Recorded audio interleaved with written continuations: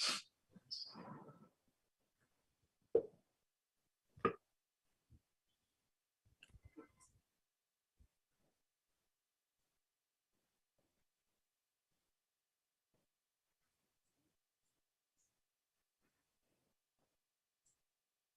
we getting the audience in, guys, yet?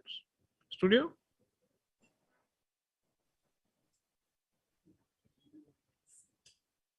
We can begin. Okay.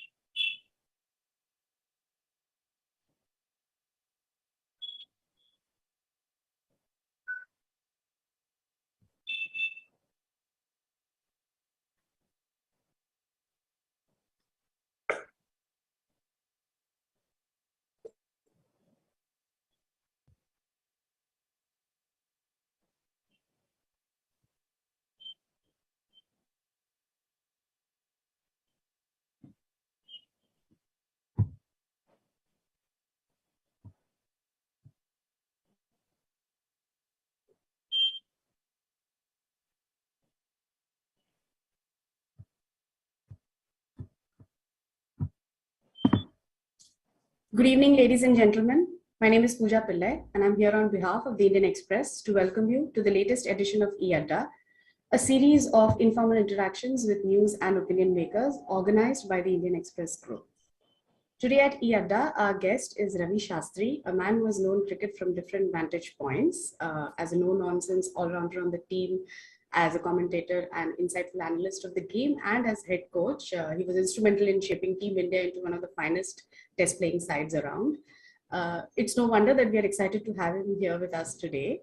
Mr. Shastri will be in conversation with Anand Goenka, Executive Director, the Indian Express Group, and Sriram Veera, Deputy Associate Editor, the Indian Express. Before beginning the session, I would like to thank our associate partners, Gujarat Industrial Development Corporation, HP, EO Mumbai, and Thane Bharat Sahkari Bank Limited. I'd also like to thank our webcast partner, 24 Frames Digital. To our viewers, if you have any questions, please put them in the Zoom chat box and we'll try to answer as many as we can. I'll now pass this over to Anand and Veera. Thanks, Pooja. Thank you so much. Ladies and gentlemen, very warm welcome to Express Adda. Really, we were hoping to do this physically by now, but then, again, we've got to be cautious. And just when we were going to come back physically, we've gone back to eAdda. But, Ravi Shastri, somebody who is incredibly easy to listen, watch on any platform. And so we're really happy to have him here. Ravi Bhai, I'm going to just turn things around a little bit this time. We normally end the interviews with a rapid fire, but I thought we'll start one. We'll start this one with rapid fire instead because it's you, and just because you are so candid. So I thought this would be a good way to start. So please, be as candid as you always are, and just the first answer that comes to your mind. One sportsman, someone who is playing currently, who you admire the most. Rafa Nadal. And why? Because of his the bullish way he plays, the energy that he brings out when he's playing the game. He's in an era competing with Federer and Djokovic, where you have to be at the top of your game. He's gone through multiple injuries, so he's seen the ups and the downs in the sport. But every time you see him on that court, especially in Paris, when he's there, you see that unrelenting resolve, to really, guts it out there, give it his all, and compete and play with the best in the world. Super. The best coach India's cricket team has ever had? Best test team coach, Ravi Shastri, by a country mile, yes. I would say. I would leave it at that. Sure. If there was a move to legalize sports betting in India, would you be for or against? I'd be for it. I think it will generate tremendous revenue for the government. Tax-wise, it's the way of the world at the moment. The more you try and shut it down, the more it will be in your face through alternate channels. Recording in progress. So I think it's extremely important that it's legalized in a proper way, and it sets a good platform for things to be done officially and properly. Super. Iqbal, Lagan, Dhoni, or 83? Your favorite cricket film? 83. I had tears in my eyes yesterday, not because I was part of the team that won it. I really had tears in my eyes when the film got over, because it brought back so many memories. The cast, the effort they put in those actors to act like a couple there, like Ranveer, the job he did there, Kabir, the show he put up, and all the cast there and crew. They worked their backsides off to try and look like the characters they were playing. See, to put real life into real life is not that easy.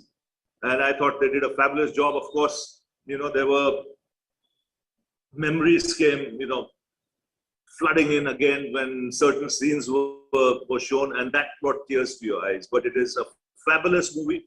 I think it's a must watch for everyone, especially in the theaters. Get to the theaters, watch it. You love it.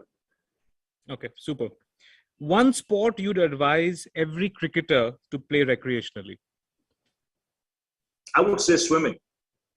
I would say swimming is an extremely important sport. If you can learn it early and be good at it, it's the next best thing to medication. It involves a lot of breathing, a lot of stretching. It keeps you away from injuries. Even the great Dennis Lilly, when he had to recover from multiple back injuries, he took to the pool and made that back of his like a rock. So it's a very, very good habit if you can inculcate within your regime at a very young age. Super. Ravi bhai, who do you think should be India's ODI captain? I think the same captain who does white ball. So if it's Rohit Sharma who's captain for white ball in T20, you should have one captain for white ball cricket. And so who do you think should be India's white ball captain? Rohit Sharma is the T20 captain now, so he should be the white ball captain as well. Ravi bhai, you've done everything from opening batting to captaining to commentating and then coaching. Is there anything, would you ever consider now actually coming and, joining the BCCI office and administering sort of cricket in India? Not really. That's a totally different cup of tea. I've always maintained that the greatest administrators are the guys who stick to administration and delegate sport to someone else, the playing of the game. Similarly, I think my forte is knowing the game from different dimensions. So it's important that you realize what your strength is and stick to it. That is hanging around cricket, not administration. So I think it's a good time for me to kind of break the rapid fire format and give you some more breathing space to answer at a little more leisure. But, the question is, the fact that you're saying that, do you think the fact that politicians have gotten much more involved in cricket in India over, since you were a teenager playing and now, does that, overall, do you think does that help the sport in India, or does it make it, harder? I think you just got to see the way the sport has been run in India. It's one of the most efficient boards over the last 40 years. And ever since I played the game, there were politicians involved in the game. And I must say they did an excellent job, because a lot of things in this country cannot be done by any Tom, Dick and Harry just picking up the phone and making a call. You need support from all sides. A politician in many ways brings that. He brings that kind of experience and knowledge on the administrative part into the sport. And some of the best administrators have been politicians, because they've been master delegators. I can see right from in my time, Mr. Wankhede, to Mr. Salve, to Mr. Sharad Pawar, they're outstanding. Someone like Pawar Saab, his ability to delegate was unbelievable. You know, he Yeah. knew everything.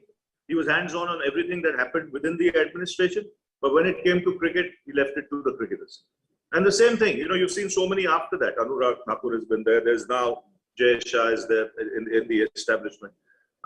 So I think if you can strike that balance between administration and then delegating authority, I think there's plenty that can be done. Mr. Jaitley was there for a long, long time. Yeah. You know, when I was with him on the governing council for about 8 years. And whatever advice he had to offer was first class. It was absolutely to the point. It's whether it was for you or it was against you. You know, there was a lawyer's hat there. There was a politician's hat there. It really helped immensely. So today we've got, you know, the Home Minister's son, and you have Anurag Thakur, the Sports Minister's brother, and Anurag himself was, as you said, and you have a player, you know, who's a president. So in an equation like this, you believe that if this model continues, that the politicians will actually continue to delegate the way that you say that they have been doing. Well, let's hope that happens that Yeah. way, because I have not been involved in that part of it, Anand, for some time, because I've been 7 years with the Indian cricket team. So I've not been following the sequence of events there, apart from the cricketing side. Right. But, you know, I hope it carries on, because it can be a heady and a deadly cocktail if it works right. Or it could be the other way around if it doesn't work right. Sure. Sriram? Yeah, Ravi bhai, thanks for joining in. I remember in one of our initial interactions, you said, "Are poochna seedha jo bhi. Don't beat about the bush, seedha pooch." So I'll start off direct. What's with Sourav Ganguly? You know, right from even when you sat for the coach interview, typically not too far away from a Bangkok swimming pool, you were miffed that he wasn't there in the room to interview you. Now, what's the nature of the relationship between you two? This time I used to think there's some ember, some residue of something unpleasant, if I could use the word, seemed to be there between you two. So, ho kya raha tha and how's it now? I see zero residue. I see just events that happen at that moment of time, and you react to those events, you know, in whichever possible way. You know, I've got every right to react, and he's got every right to react. But that aside, let's not forget we're both cricketers, okay? And we know the game. You know, as much as I know the game, he knows the game. So let's, you know, respect that. So if there are certain instances, you know, just because you both have played the game, you both feel you know the game, that doesn't mean that you agree on everything or disagree on everything. You're entitled to your viewpoint, and you're entitled to a stance you want to take.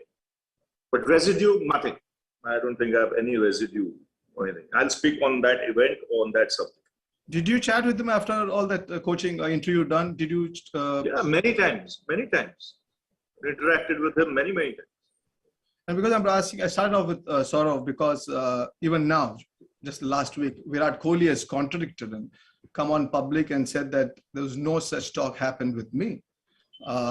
So hence, you know, that's why I asked Ganguly. So how did you react when you heard Virat Kohli's See, I've been part of the system for many years, especially part of the team last 7 years. You know, I think with good communication, you know, this can be handled much better.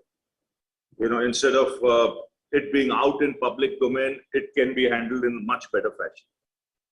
So if you look at things as it stands now, all it needs is little more communication.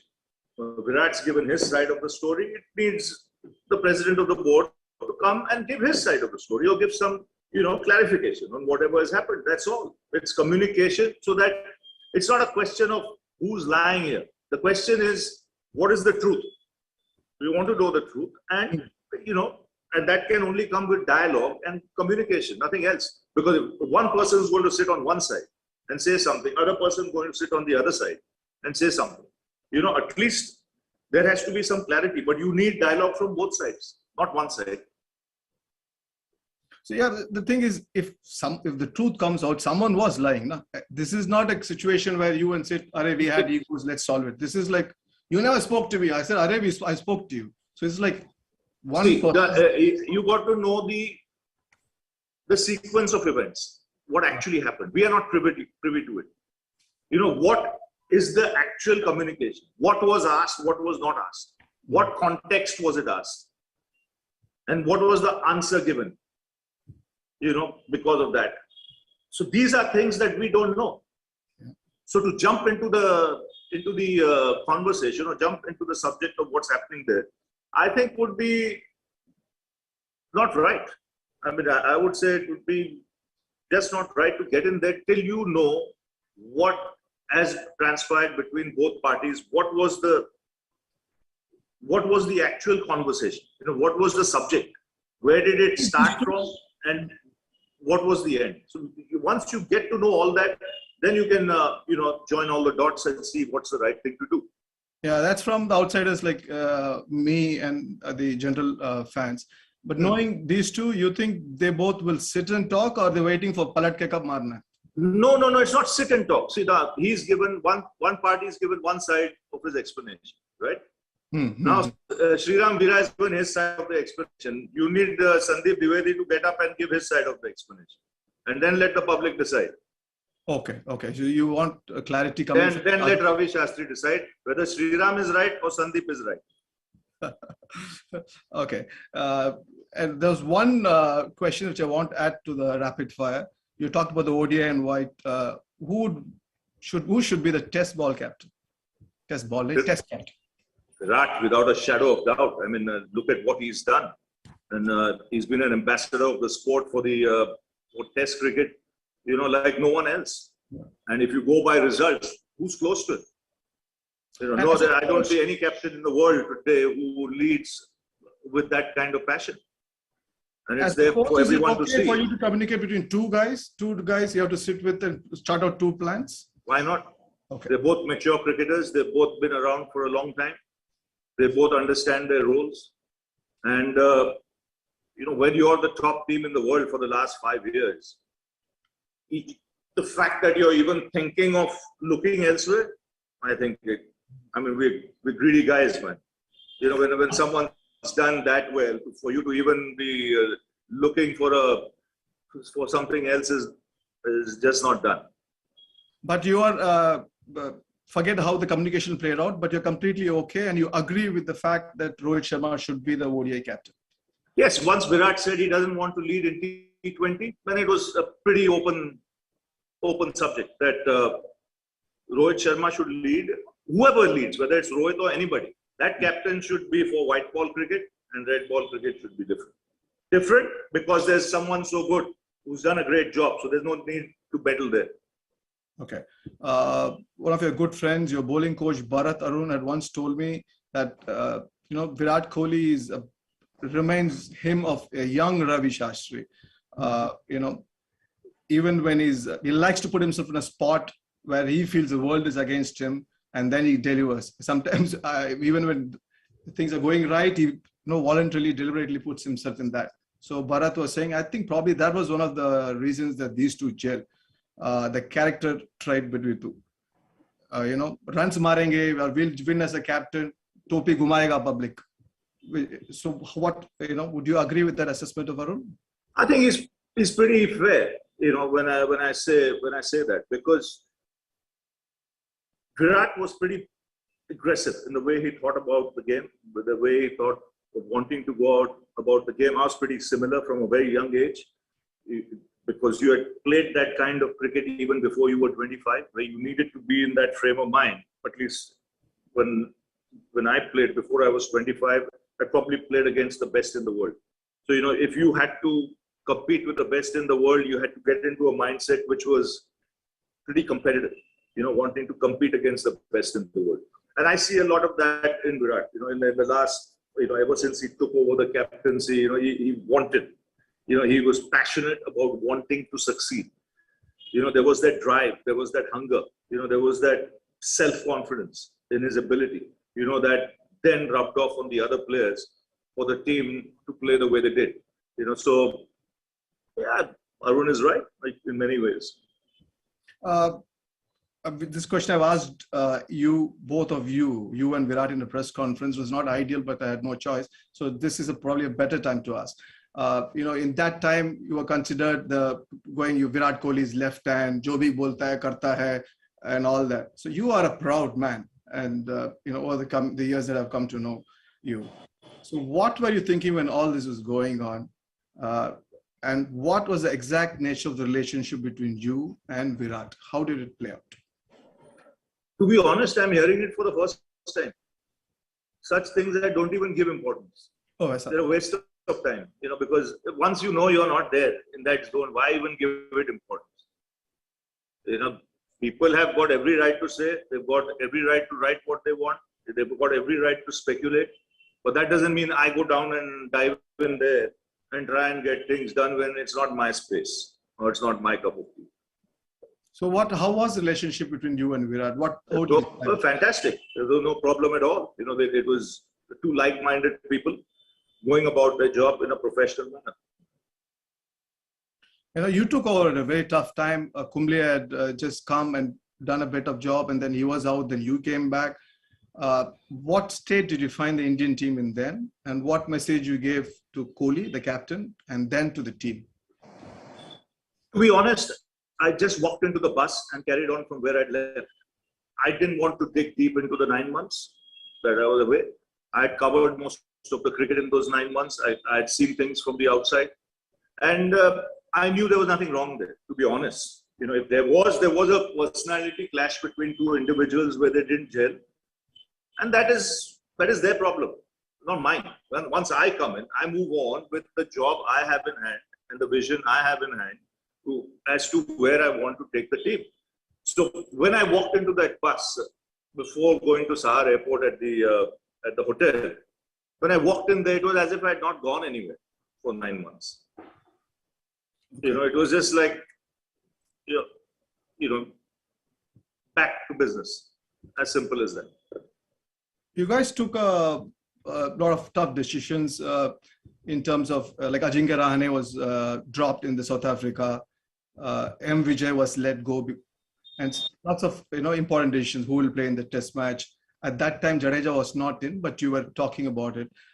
So all these tough decisions. So that sort of, I remember telling you in 2018 tour of England during the Test series, thoda anban to hai bhai. There is a bit of unrest, and it's almost like an insecurity used as a performance-enhancing drug. So what was the thinking, and how did there was a bit? So what was the thinking in taking those tough calls?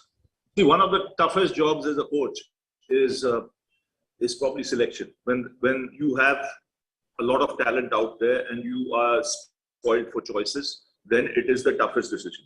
But I promise you one thing: in my 7 years where I was involved, I had zero agenda when it came to picking a player in the team. Absolute zero agenda. If I felt that guy was good for the team in the form he was in, and looking at the past and experience as well, I would convey that to the captain or the team management, who would each were asked to give their opinion. I would give my opinion, but based primarily on that, in the interest of the team, not the individual. Individuals were not important for me. It was the team that was most important. So, if someone had to take the hit, he had to take the hit in the interest of the team. Okay, that leads us to R. Ashwin. Very recent, I think a few days back, he's come out and said that he felt absolutely crushed. Those were his words when he heard you go on a press conference and say that Kuldeep Yadav is the #1 Test spinner overseas. Then there's two things to Ashwin. That was one. He said he felt absolutely crushed because I don't know what Ravi Bhai was thinking. No, he saw it as a personal message to him. And then there was in 2018 England during the Southampton Test, the whole injury that happened, and he felt that if others had injury, it was looked at differently. When I had the injury, it was almost seen as my mistake. There was not enough talk, enough communication. I felt deeply hurt, as if I let down the team. So the two things: one was Kuldeep Yadav quote when he felt absolutely crushed, and then the injury thing he says he felt left out, and there was not much communication from you. See, listen, one thing as a coach, let me tell you. My job out there is not to butter everyone's toast, okay? My job is, without agenda, to state facts and say it the way it is, okay? Now let's come to Ashwin and Kuldeep and all those points. Ashwin didn't play the test match in Sydney. Kuldeep played, took 5 and bowled brilliantly. Okay? Yeah. So it was only fair that I give that young kid who's playing probably his first or second test match overseas, and he bowled magnificently in that test match. He bowled as well as any spinner has bowled overseas in that test match. So I said, the way he's bowled here, you know, there's every chance he could be India's #1 bowler overseas. So I said it, right? Yeah. Now, if that hurt some other player, you know, then I would say good. In hindsight, I'm glad I made that statement, and Ashwin's made this statement, because if it hurt him and he was upset, I'm glad the way he went about his job, because I'm the kind of coach who will want a player to go inside into his eye and say, I'm going to show this coach, you know, I'm going to teach him a lesson and show him what I'm all about. So if it upset him, I'm very happy, and it you know, made him do something different, which he did. I'm very happy, because the way he was bowling in 2019 and the way he bowled in 2021 in Australia was chalk and cheese. I'll go for the cheese any day. And by the way, being thrown under a bus, oh, Ash need not worry, because I had already spoken to the bus driver and I told him to stop 2 feet short. Is this by this you mean the captain or the selector? No. I'm saying the bus driver. And the same thing on Ashwin, 2018. This seems, I think, is probably was tougher for him. Injury, body, and then there was like you came on press conference and he said, I don't know if he's fit. He was playing, so there was again kuch ho raha tha. No, it was a message there. It was a message clearly to him that, you know, you got to be fit. We need players to play the whole series. So that happened in 18. 19 again he was injured. Yeah. So what did he do after that? Those 2 years, I think he's worked harder on his game than anybody else. He's world class. Let me tell you, he's the best spinner in the world now. He has a great, and the way he's bowling now, the way he's worked on his fitness, and if you look at the way he's bowling as well of late, I think he has a great opportunity now that he is the lone spinner there, the frontline spinner in South Africa, you know, to go out there and win the series for India. But when do you, how do you decide, okay, this bande ko I'll tell the message directly one-on-one, or I'll ask Virat to tell? And why, what makes you go to a press conference and leave a message to an Ashwin? It's not a press, it depends on how you want to, so it's 2 ways to look at it. I'm going to a press conference not to leave a message for another guy. I'm going to the press conference to praise another guy, a young kid who's there. So why look at only one person? There are 11 or 14 in the team. Now, if that young kid, I don't praise that young kid for what he's done. He'll tell me, I've done so well, ek shabd bhi nahi bola coach. How do you react to that? I can't please everybody, sorry. Did you have during the 2018, especially post-injuries, having any talks with him beyond inside? I think there were talks with him to get fitter and stronger. Again, there were talks with him. I think I've had a chat with him even after 2019. That he's bowling only 60 or 70% of his capacity, and he's still taken 375, 400 wickets. If he gets that fitness right, that strike rate will go through the roof, not just in India, even overseas. And he showed that in Australia. So sometimes as a coach, you have to ride the rough with the smooth, right? And if it upsets people and it makes it work harder, fine. Because the last the coach wants is, you know, you say something and then, you know, the player like a little cry movie goes home and sulks. I'd rather have a guy tell you on your face, I'll show you. So if he's gone back and said that and got upset, I'm very happy for it, because what I'm seeing now is cheese. Cheese. But क्या हालत था क्या आपके time पे when you and Virat? बिल्कुल नहीं, कुछ हालत बालत नहीं. नहीं, I'm saying what was the scenario when you and Kohli were running the ship for a guy to come and say, boss, क्या बोल दिया? They were like a bit afraid also. Not really, because they know, like I'm saying, I know I'm not saying anything without agenda, with any sort of agenda in mind. I'm saying it for the interest of the team, and knowing fully well that if I can get that message across in that fashion and it upsets the guy that he works really his backside off to come, who's the winner? Who's the beneficiary? It's me and the team. Yeah, but the risk So is he what happens if gets, he doesn't do, and if he sulks or if he gets upset that cricket is chhod de. You know what I mean? yeah, look, chhod de, to फिर then what? You don't want, you need characters who want to fight.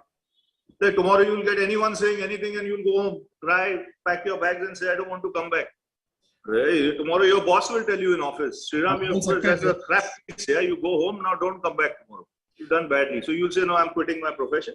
No, man, I'll say, I'll show you. If I was a player, I would have told my coach, I'll show you, I'll teach you a lesson. Quit. In your coaching scene, there came also, as you said, you would like to show it to the coach. There came a very delicate situation, I thought, right at the end. You announced that you're going to quit after the T20 World Cup. Suddenly, they say MS Dhoni is going to be the mentor. For the first time, I think you might turn diplomatic, I'm afraid. So I'm going to tell you how I would have felt. Last time, ऊपर से ठोक रहे हैं, you know, credit जीत जाता तो credit उधर ही जाता. If you fail, nothing will happen. And as it turned out, not a word has been said about Dhoni anywhere. But when he was, why was there a need for him to be there? And how did you really honestly feel?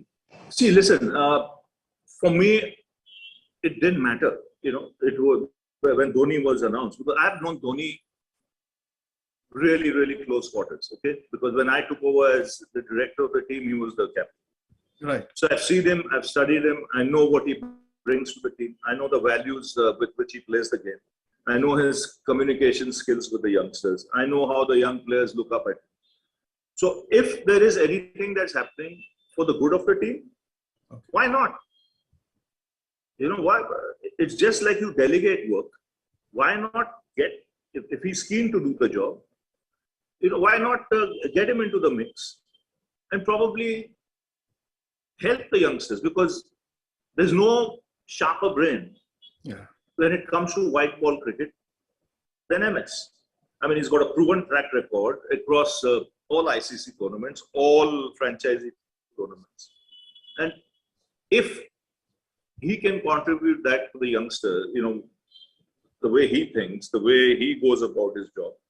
Because I know from day one, his work ethics have been fabulous. Yeah. Even now, you know, he's as fit as anyone, and he will not play the game if he doesn't want to play in that fashion. Do the hard yards. He'll play the game if he can do the hard yards. If he cannot do it, he's not someone who wastes his time. And with when you, as you said, you were the director when he was the captain and he gave up. So did you speak to Virat about not because of any issues there, just because it's the captain when you take over, you want to run the ship and you still have Dhoni there. So did you have a word with Virat on how to handle that aspect, how to give respect? And, you know, after that, after a while, we saw him even go to the boundary and leave things. Obvious trust factor was there. So how did you get there?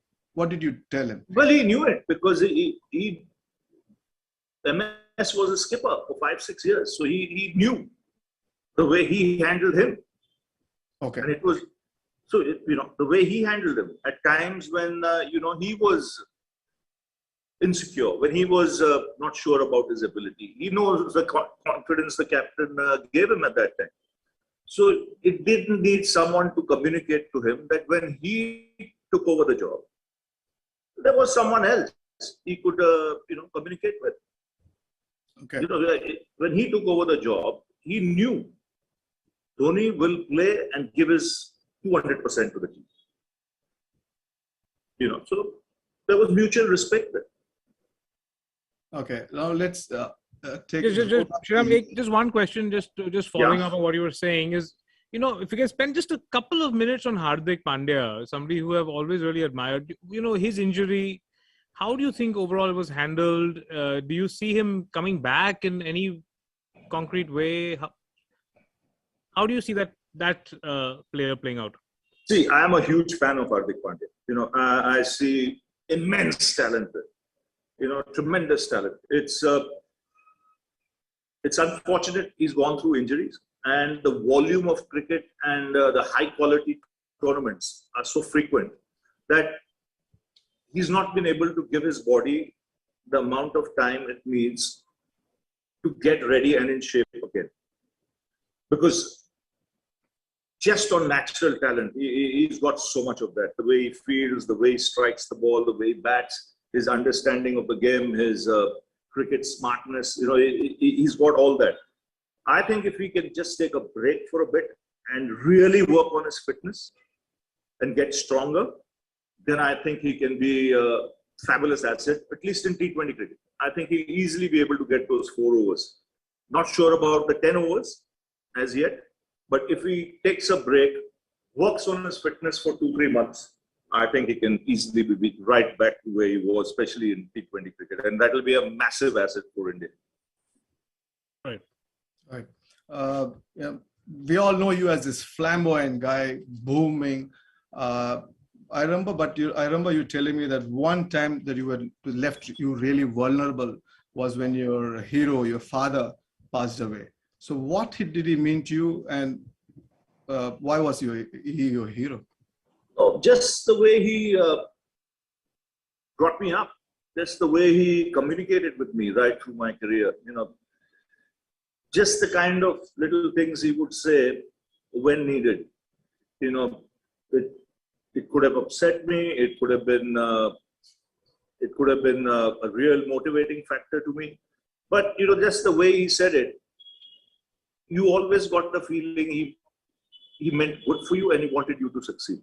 Like he told me, whatever you do, if you want to perform and you're worth your salt, get out to Australia and do that, because they play cricket harder than anyone. And he's saying this now that you've done well in the West Indies. I'd already got 100 in the West Indies, 200. He's saying, but that is the place if you want to do. And people have seen, and you go and ask any player around the globe, which is the toughest place to go and play cricket, he'll say Australia, especially any Asian cricket.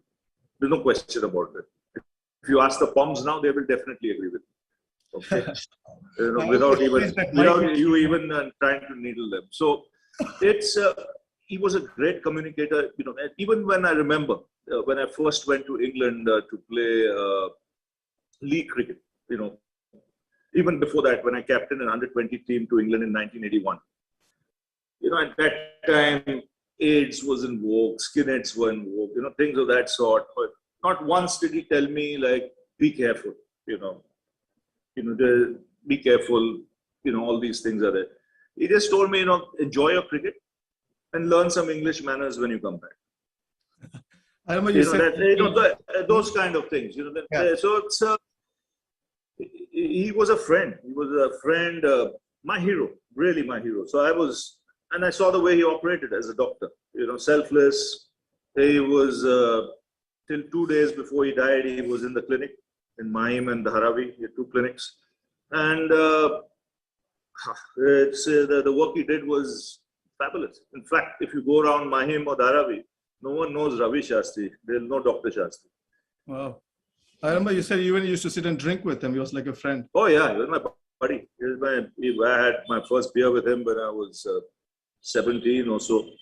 So that's why when I was caught by a warden in KSCA, when I was an under-19 captain in a dormitory, I was, drinking beer with a couple of colleagues. And the warden came in and said, what's that? And he picked up the bottle and he saw it and he said, this is lager beer. You're not supposed or allowed to drink that. I'm going to take this and go with me to the secretary. I said, hang on. There's half a bottle left in that. Let me finish it. The label is still there. Now you can take it and go and show whoever you want. So when I was summoned downstairs to speak to the secretary, I was the captain of the under-19 team. He said, this is, what you have done. So I said, listen, I have a beer with my father. He has no issues. And if it's not affecting me on the cricket field with my performances, and what's the problem? So that was it. It was open, shut door case there and then. Even when you first found out in Pakistan that you went open, you were drinking with Sandeep Patil when Sunny Gavaskar, Sunny Bhai comes and knocking, with his version of Will You Open? So what exactly happened? Could you tell the story? It would be interesting. It was, I think, in Faisalabad Faisalabad. It was Sandy and me, both were injured. Sandy had a hamstring after the Hyderabad test. I think it was, somewhere there. And I had split my webbing, so I had not held the bat for almost a month. And we were getting smashed. So, there was this friend of ours from England who had come down. And he had carried about 3 or 4 bottles of gin with him. Gordon's dry gin, I remember, So we whacked it off him because in Pakistan, it wasn't freely available at all. If at all it was available. So we whacked that and we were having that in the afternoon and over a biryani or something like that when Sunny knocked the door and he walked in. He said, you guys seem to be having a good time. When is that? When are those stitches coming off? So I said, in a day or two. He said, good. Get rid of those stitches and you will open the batting with me. So therein, my head went straight. Not once did I think, bloody hell, I'm opening them. I'm thinking I want to do this. I said, because here is the opportunity. We are 4-0 down in the series. Imran, Sarfraz, the two umpires, Khadir combined have cleaned us up. Right? Here's your chance to go and do your job. So off went the stitches. I remember T.A. Shekhar, bowling in the nets. He was the fastest bowler and me standing at least 2-3 feet outside the crease so that I could feel ball hitting the bat. I had not touched the thing for about 2 or 3 weeks. So practiced for a day and a half. Went there in the test match and I was all at sea in the first half an hour. I don't know from where runs were coming. And but I went through that period. Rest is history. I got 100 there, never looked back. And you were 20 years of age. This Jigar play with stuff you've done it. And even as a coach, you would have seen some batsmen not have it. They're not running away, but they don't have it in that heat of the battle. So how did you handle the frustration within yourself and then trying to, I remember 2018 when the ball was moving, kuch to karna padega na, you have to move outside off stump, outside the crease, off stump, kuch to karo. And so how did you handle that and what did you tell them? I think it's communicating to them more than anything else is never forget your strengths. Always think that if you have reached this level, where you're in an Indian playing 11, think, there are 1.4 billion in this country. And you are 11 in the top 11. Means you're something. You're not any Tom, Dick, and Harry cricketer. You're someone worth your salt who's playing for India. Have that belief. Then once you start putting yourself into situations where you treat it as a challenge and relish challenges. Like when they say when it gets hot in the kitchen, don't run away. Hang in there. Ride the tide. You might look ugly. You might look terrible. But the time you spend there looking ugly or terrible will stand you in good stead next time you're in there. Then comes the self-belief. Then comes the want of wanting to be in situations like that. Then converting those wants into performances and match-winning performances. That's the fun. Right, we should get to audience questions also in a bit, yes. Sriram. But there's one sort of thing I wanted to. You're talking about one of your earlier innings. While researching, I kind of heard the passion with which you spoke about Gudappa Vishwanath. And how much you admired him. He obviously was this incredible sort of cricketer, but why do you think he never got the kind of brand that so many others did, after it? And, this kind of the brand that the cricketers in India get, how does that happen? And, why didn't he get it? I think in the 70s, you didn't, when you saw cricket was not that much on television. India were part of the cricketing mix, but they weren't a real force.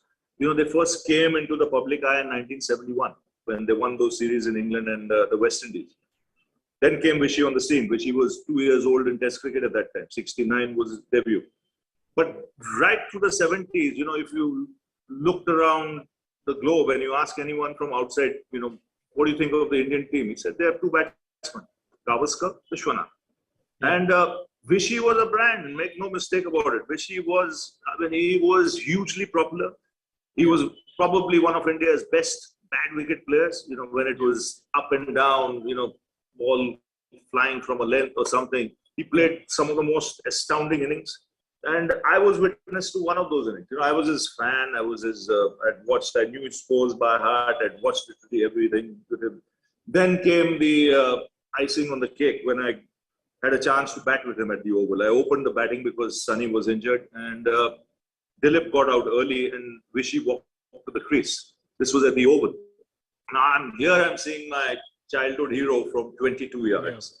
And this is the twilight of his career. 1982, 83, he played another 2 seasons. And it was Willis bowling to him. And I remember 2 shots he played. He had a middle stump guard, and the first one came in, and he flicked it. So 22 yards, you're seeing some genius here. Some artistry. He flicks him. The same ball comes 2 balls later here, and he goes the other way. Literally the same delivery, and it went between point and cover like a rocket. This one between split mid wicket, and you said, gee man, this guy has some play, because his ability to play so late, he got beside the line of the ball.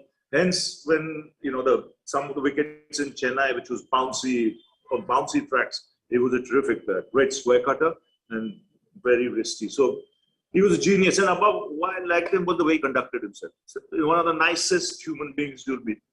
Even today, if you meet him, his humility is second to none. Extremely humble human being, but one crackerjack of a player he was. Wonderful. I think we get some audience, Sriram. I think we got a few people who've been on for a while and we wanted to ask. I think if I can start with Harsh Goenka, chairman of RPG Enterprises. Mr. Goenka, if you're there.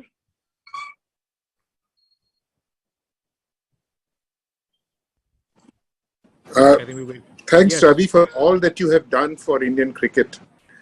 Thanks, Harsh. I have 2 questions for you. One is, how do you manage the fragile egos of these cricketers who have been given a godlike status by the public? And the second is, whenever I've met Virat, he has been very intimidating. Is it easy for a person like you or even the youngsters to contradict and give your opinion to him? Yes, it becomes easier for me, Harsh, because you've been around. You've been around this. They know your stature. They know that this guy is not someone you play marbles with or play carom with. You got to look at him differently because of where he's been, what he's done, and what he's standing here for when he's communicating to you. Very clearly, they knew that this guy had no agenda. This was pure straight talk, and you could trust him. So egos, will be there. In any side, in any family, you will have people with different kinds of personalities. It's how you break it down. How you use all those egos, channelize those egos into the right direction, and make them play as a team. So where there's no space for individual brilliance. It's collective brilliance channeled towards a team, which helps the team to grow. So therein lies your man management skills and your communication skills in handling these people. Because for me, the most important job as coach was to understand each player and what his mind was, what made him tick, and where was he fragile, and then address it accordingly. Thanks. I guess Hemendra Kothari, chairman of DSP. Hemendra, please unmute yourself. Yeah, go ahead. Ravi, I just wanted to show how impressed I was against Australia, where we are playing and we were really down. And how did you make the team come back and fought so well? And I think that not only that, also in England, the same thing happened even at Lord's. And so I'm wondering, what is the kind of team spirit you created? What was the motivation you gave? I think I would give a lot of marks to you on creating a team building, team spirit, and to be a fighter, and to see that we go for the win. Well, Hemendra Bhai, it's one of those great epic series you're talking about. And when I sit back today, the penny is still not dropped as to how we pulled that off. But all I would say is, hats off to the guys, because they hung in there. They listened, they wanted to compete. After being 36 all out, it wasn't easy. But you knew that you had to strike immediately in the next test match. And then it was Ajinkya who played that great innings, led very well. in the way he marshaled his resources. The bowlers stuck to their task. But the important thing was always that self-belief. You know, always that belief where you took out the positives from what had happened. Rather than laying emphasis on the negatives, you take the positives out. Like, for example, I'll give you after 36, which meant we had lost in 2 days and less than one session, or just more than one session. But the positive I took out of that was we took the lead. We dominated the 2 days, and it was one session that let us down. So let's take those 2 days into Melbourne after a while, and then play it out from there. Then Melbourne happened, where we went one up. Then came the belief that we can hang in this test series. Then came Sydney, and then Ash and Vihari were magnificent in that last 2 hours there to save the game. I mean, that was real character. I think if we won the test series there in many ways and made Australia think that they're going into the Gabba, but they have everything to lose. These guys have nothing to lose. You know, they've come back from 36, they've won a test, they've gone into, they've drawn this session by third test by batting 2 hours in the last session. And here we go to the Gabba. Now, Gabba was totally different, you know, because you lost all your bowlers. We didn't have one of our main bowlers playing. And we had to literally go to the last man in the reserves. A guy like Natarajan, who had probably never played, you know, that level of cricket, for him to then suddenly step up to the test match, you know, arena. Washington Sundar making his debut. You know, so we had nothing. But the emphasis there was, in the huddle, I remember saying, you're still an Indian cricket team. People are not bothered about who is playing and who is not playing, or who is injured, not injured. They know there's an Indian cricket team out there, and you are part of an Indian cricket team. So once you cross this line, you tell yourself that you're 1-all in this series and you've got everything to play for, and take it one session or one day at a time.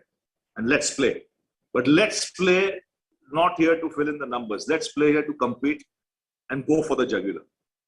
So when the last day arrived and we needed 328, that was the only thought, that start off well, see how the first 3 hours go, and then do what your instinct tells you to do. And what they pulled off was unbelievable. I mean, how can I tell this story to anyone? On the 19th of December, we were down and out, 36 all out.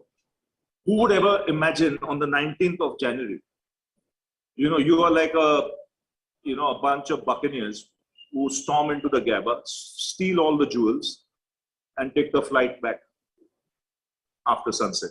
So that was exactly 1 month later. You had not only won that test match, you had won the series. So how life can change in a month, not just for individually, for you, for the team, for the millions of fans. And I'll tell you, after 36 all out, there might have been 2% in the world who would have said we would have pulled off that series. That is why that series will go down as one of the epic, great series of all time. Ravi bhai, I'm going to ask Sharan Sharma to ask next. Sharan is directed a wonderful film called Gunjan Saxena, and he is now directing a film called Mr. and Mrs. Mahi. So it's it's his passion for cricket. I'll embarrass him by introducing him as one more thing. He was the captain of my college cricket team in Los Angeles, of the USC cricket team. Sharan? Hello, good evening, everyone. Hello, Ravi sir. Good evening. Hi. Firstly, as a fan of Indian cricket, I just want to say a big thank you for everything you've done with this Indian cricket team. I have two questions. Question one is, from my observation of cricket over the years, as watching as a fan, the dominant teams have always had consistent team selections, where you kind of build teams, be it the Australian team or even the Indian Test team in the last few years. But we're at a stage right now where it feels like the talent pool in Indian cricket is so wide that there's always like 5 players who are ready and informed to break into the team. So what are the challenges as a coach in order to create that sense of security within the team, and how do you see that kind of playing out to kind of be able to create that consistent team culture in terms of selection, yet giving chances and allowing time for players to develop and build over time? And secondly, as a fan of the sport, when do we get to see you back in the commentary box? But to answer your first question, see, it's when you have that kind of talent pool available, it's important to see where you're going to try talent that is more youth, in which format of the game, as opposed to the other formats. You also there will come a stage where you've got to move on. You've got to, you've got to think of rebuilding, which means you've got to take the hard decisions, the harsh decisions of, benching some of the seniors and bringing in youth to get the right balance between youth and experience. Now, once you get that balance, then comes continuity for a span of time. But then again, there will be that shift because you will have either the fast bowlers aging or the batsmen, aging and getting slower on their feet. There'll be youngsters available. So I think the pool of players in this COVID era, which will continue for another year, will mean that you have your best opportunity to give the players the mental break they need so that they're not day in and day out in bubbles. It will give you a great opportunity to try new talent, and not take these bilateral series too seriously. It's not all about winning every bilateral series. It's rather preparing a team that can, over a span of time, go and play the big World Cups in the best possible manner. Test cricket, play your best teams at all times because, every game is part of a World Test Championship. So there's no messing around there. I think in the one-day format is the best time because there's no one-day World Cup for 2 years now. So I would say the serious stuff would be T20 and Test cricket. One day will give you the opportunity to try different players, see who fits in where. And then after 2 years, T20 goes off the boil after 2 World Cups. The emphasis is on Test cricket and one-day cricket. So you've got to map out what's ahead of you and then take it from there. Kaushik Roy from Reliance, from the RIL, Reliance Industries. Kaushik, are you there? Hi, Mr. Shastri, thank you very much for all that you've done for the Indian team. My question is a bit general, but I think it's specific for the fact that we've recently had a bad experience with Pakistan, and whatever happened outside the cricket team as spectators was very unkind to some of the cricketers. So my question to you is that as a cricketer, as a player, and also as a coach, how do you plan for a match with Pakistan, which is different from any other team? I mean, you don't prepare differently. I mean, you just look at results. I mean, if you look at the last 20 years, the number of times we've played them in international events, I mean, the winning ratio would be 90+%. So, why do you change anything? On a given day in sport, anything can happen. But, as long as the frequencies of winning is outweighs the amount of losses, you don't have to think too much. It's just being aware of not being complacent on that day. It's being aware of cutting out all the stuff from the outside and focusing on, just your strengths. And on that day, that given game, treat Pakistan just like any other opponent and get about doing your job. So if you look at the last 10, 15 years, 20 years, I mean, the number of times we played Pakistan in World Cups, I mean, the record that India has is unbelievable. So, why think of doing something different just because you had 1 loss or 2 losses or 3 losses, when the win factor is, if out of every 10 games you're winning 8, why bother changing anything, to be honest? And reacting. There's no need to react. Super. So we got a few questions that have come in as a message on the chat. I'll just read out a couple of them together, Ravi, and then we can wind up. I think we're getting a little over time.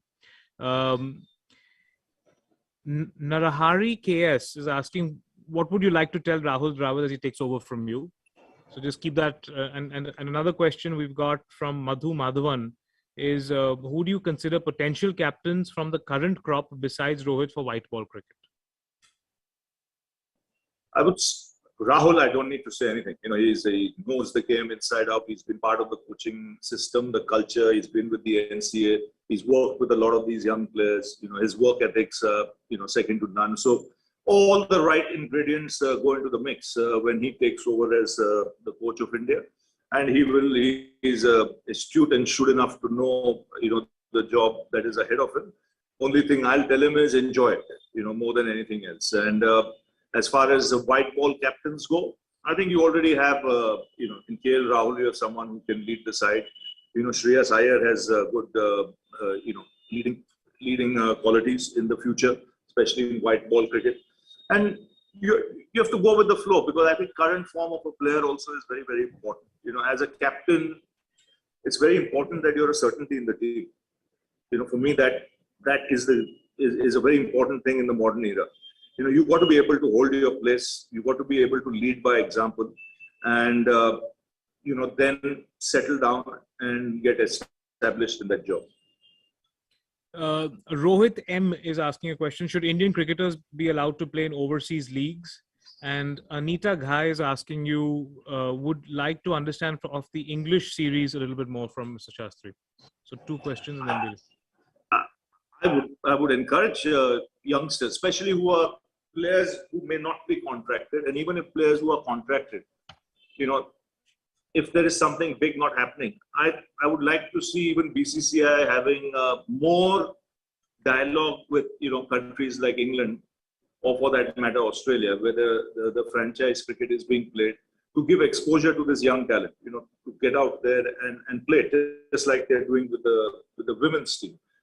So I'm all for that, but yet at the same time, your leagues, take paramount importance. So if there's an IPL happening there for players contracted for India, then it's a tough call whether to allow that player to go and play in another, quite immediately, when there's a lot of other Indian cricket happening. But the youngsters who are on the fringe or things of that sort, by all means, because they will only gain from the exposure. And about England, I didn't get the question. What about England? In Australia, they have no chance. Anything else about India and England next summer? What was the question, Anand? Yeah, it was a little bit short and a little bit vague. So I think we can just move on from that. And I just want to, maybe I can just end with the question that I had in mind. And, I think connected to the one that you just mentioned. It's so dynamic, and the sport is growing and evolving at such a crazy speed. I don't know if any other sport is kind of just evolving like cricket is. And one of the things that keep coming out in this evolution is the kind of conflicts of interest that kind of come around. For instance, Ganguly at one point, was running the was running the Delhi team. Now he's a treasurer. Now he's running BCCI. He's a brand ambassador for fantasy for some fantasy gaming platforms. He had a stake in an ISL team, which the owner of which was bidding for an IPL team. Dhoni had this big was a partner in this big talent management company, which was representing players who he was captaining. I mean, there's just lots of kind of permutations, combinations that kind of just, it just makes you think that, how sure are we that this, that the conflict of interest issues are kind of kept, and all the governance things are just kind of neat and clean. Is it something that concerns you at all in the first place? It definitely concerns me when it comes to cricket. Why? And it's over the top, this conflict of interest. Ever since it came out on that Lodha committee report, I really was not for it, to that extent. Because you're not giving your own cricketers a chance. Now with the Indian team, I have my support staff who cannot work in an IPL. A masseur cannot go and work with an IPL team. Now tell me, how is that a conflict of interest? When another country's player or another country's coach can come and coach in an IPL team, and you're not allowing your own players to do it. I mean, that's nonsense, that conflict of interest. I mean, for someone like me, not to be allowed to do commentary if I'm coach of India, how is that a conflict of interest? I'm not a selector of a team. What am I going to go over there and do? How am I going to influence anyone from being picked to play for India? Yet, if there's a Ricky Ponting there, who's coach of Australia, or assistant coach of Australia, or coach of Delhi Capitals, he can do television for his country, in his own country, perfectly allowed to do, and comment on players who are with him in the Delhi Capitals. So, this conflict of interest in India, especially when it comes to cricket, is absolute nonsense. It should be thrown into the bin, far, far away. because we need our cricketers to get the exposure and come back into the system. How are you going to get the Sachin Tendulkars or the Dravids or to come back and contribute to the game if everywhere you're going to put a conflict of interest clause? When it works for you, but for someone else from the outside, the rule is different. If you want that rule to apply to an Indian, let it apply across board to everyone, whether he's from X, Y, Z country. Simple as that. That annoys me. But how would you say a captain or a player shouldn't have a player management? The part of Anand's question was that you can't be running a player management firm and then be leading it. Usme to direct conflict aa jata hai na? Yes, I agree with you. There it's different. There I'm talking from the cricketing point of view. See, there you need someone on the governance level. When it comes to cricket, how am I fooling around with governance? By coaching or doing that governance level, Sriram, Anand, I agree totally. Then you need someone of that stature to come and say that's not right. There is conflict here. There could be ramifications in the future if we go down this route. It's more on the other side than outside cricket, where it has to be handled. And that was the first job of the Supreme Court, actually, to get the governance standards within the BCCI at to its best. So I think this conflict was a little over the top. And I believe there is a kind of a player union. Technically, India has a player union, but I don't know how active it is. Would you encourage a players union kind of getting active and addressing these governance issues, having their voice heard? It's happening around the other parts of the world. It's happening, Anand, but it has no weight. It has no weight. It has no weight. If you have proper communication with the board, half these things can be resolved. I have seen the best dialogues with the BCCI are when you sit across the table and have proper communication. And that's when the best decisions are taken. Looking at interests of both parties and without, trying to outweigh one another. It's striking the right balance through proper dialogue. Half the things can be resolved. Sometimes when you have too many unions and too many committees, that's when problems start, to be honest. Right. Okay, wonderful. Just one last question, to the future. Are we going to see you leading one of the new coaching and one of the new IPL team? I have not thought. I've just got out of the bubble, Sriram. I want some fresh air. So I'm just chilling. I have not discussed that subject with anybody. Neither am I in conversations with anybody. I just want to chill, but definitely come back to what I love is television, media, even coaching. But my main interest now will be coaching at grassroots level. Along with Sridhar and Arun, we've started a company which will coach at grassroots level and also coach a lot of coaches in the future. It's called Coaching Beyond. Wonderful. Ravi bhai, thank you so much for making the time and being here and being as candid as you always are. It's a lovely conversation. We're still getting a lot of messages on social media about it. So really wonderful to have you. Such a special Adda. Thank you so much. Pleasure, Anand. Pleasure, Sriram. Social media will have a ball today. I've been out of it for a while. Enjoy, my buddies. All the best. Thanks a lot. Thank you so much, sir. Thank you. Thank you. Thank you, Mr. Shastri. Thank you, Anand and Veera, for that great conversation. Thank you, Pooja. Thank you. Before we end, one final thanks to our associate partners, Gujarat Industrial Development Corporation, HP, EO Mumbai, and Thane Bharat Sahakari Bank Limited. Many thanks also to our live webcast partner, 24 Frames Digital. Good night, everyone.